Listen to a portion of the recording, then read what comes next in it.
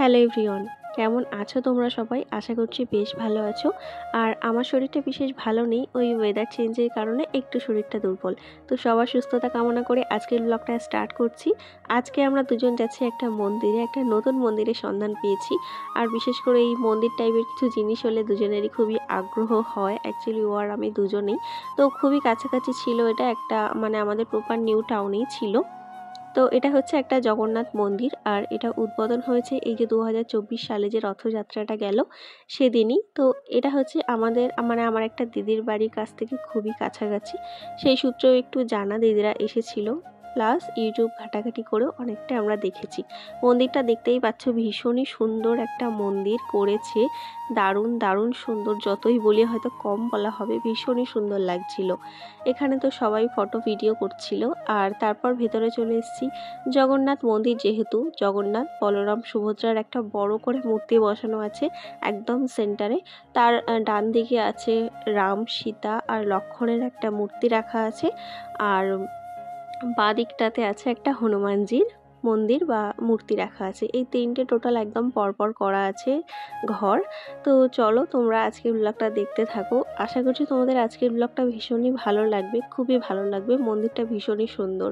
আর আমরা কিন্তু এসে একটু পরে আরতিও দেখতে পেয়েছিলাম, সেটার জন্য আমরা খুবই ব্লেসড। তো চলো তোমরা ব্লগটা দেখতে থাকো।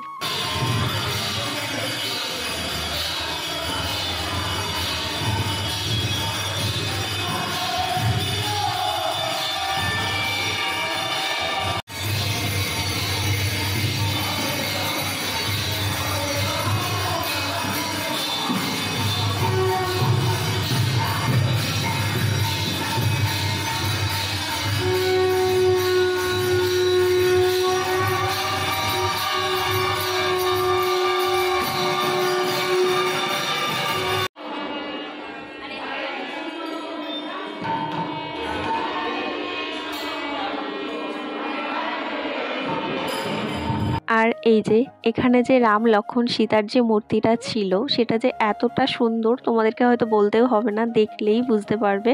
আমি না জগন্নাথের যে মেন মন্দির পুরীতে, সেখানে আমি 2বার গেছি, কিন্তু সত্যি কথা বলতে প্রথমবার তাও দর্শন করতে পেরেছি খুবই ভালো করে, সুন্দর করে। কিন্তু সেকেন্ড টাইম যখন গেছিলাম, এই যে আমার বিয়ের পর বড়বাবুর সাথে শাশুড়ি মা গেছিলো, আমার ননদ গেছিলো, তো মা বাবা তো ছিলই। তো সেখানে আমি একদম জগন্নাথ দেবকে ভালো করে দর্শন করতে পারিনি, ভীষণ পরিমাণে ভিড় ছিল। আর এখন নিয়ম একদম অন্যরকম করে দিয়েছিল প্রথমবার যখন গেছি তার থেকে। তো পুরীতে ভালো করে জগন্নাথ দেবকে দর্শন করতে পারিনি। তো সেটা আমার এখানে এসে না বারবার মনে হচ্ছিল যে আমি ওখানে ভালো করে দর্শন করতে পারিনি, কিন্তু এখানে আমি কতটা সুন্দরভাবে দেখতে পাচ্ছি একদম সামনে থেকে জগন্নাথ বলরাম সুভদ্রা কি সুন্দর বসে আছে, খুব সুন্দরভাবে দর্শন করতে পারছি। আমার বারবার এটাই মনে হচ্ছিল, আর নিজেকে সত্যি খুব ব্লেসড ফিল হচ্ছিল নিজের, এত কাছ থেকে দেখতে পাচ্ছি। আর দেখেছো বাইরেটা কত সুন্দর করে সাজানো আছে, এখানে মনে হয় সবসময়ই এমনভাবেই সাজানো থাকে ফুলের সাজ দিয়ে। আর বাইরেটা কত সুন্দর করে কাজ করা আছে। তারপরেই এখানে একটু পরে আরতি শুরু হয়ে যায়, দেখতেই পাচ্ছ এখানে আরতি অলরেডি চলছে।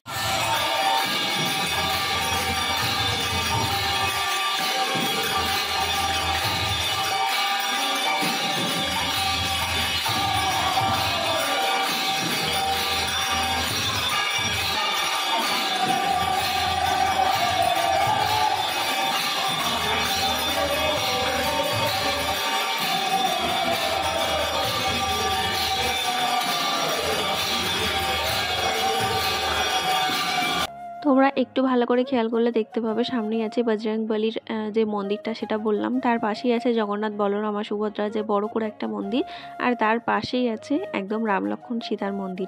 তো এই তিনটে মন্দির একদম পাশাপাশি ছিল। আর এখানে যতক্ষণ না পূজা হচ্ছিল মানে সন্ধ্যে থেকে আমার মনে হয় এই যে ভোগ আরতির টাইমটা পর্যন্ত পুরোটাই হরিনাম সংকীর্তন হয়ে থাকেন, এনারাই করে থাকেন। এনারা হয়তো লোকাল লোকই আমার মনে হলো।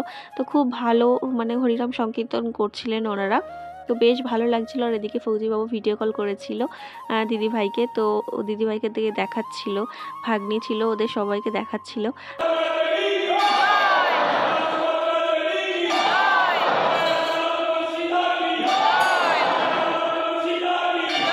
যেহেতু প্রতিষ্ঠা করা ঠাকুর, স্বাভাবিকভাবেই ভোগ দেওয়ার পর দরজাটা কিছুক্ষণের জন্য বন্ধ করে দিয়েছিল। তো আমরা তো ভাবছিলাম যে মন্দিরটা বোধহয় বন্ধ হয়ে গেল, কিন্তু না, ও যে ভোগ দিয়েছিল তার জন্যই বন্ধ করেছিল। আর তার কিছুক্ষণ পরে ভোগটাও সবার মধ্যে বিলিয়ে দিয়েছিল।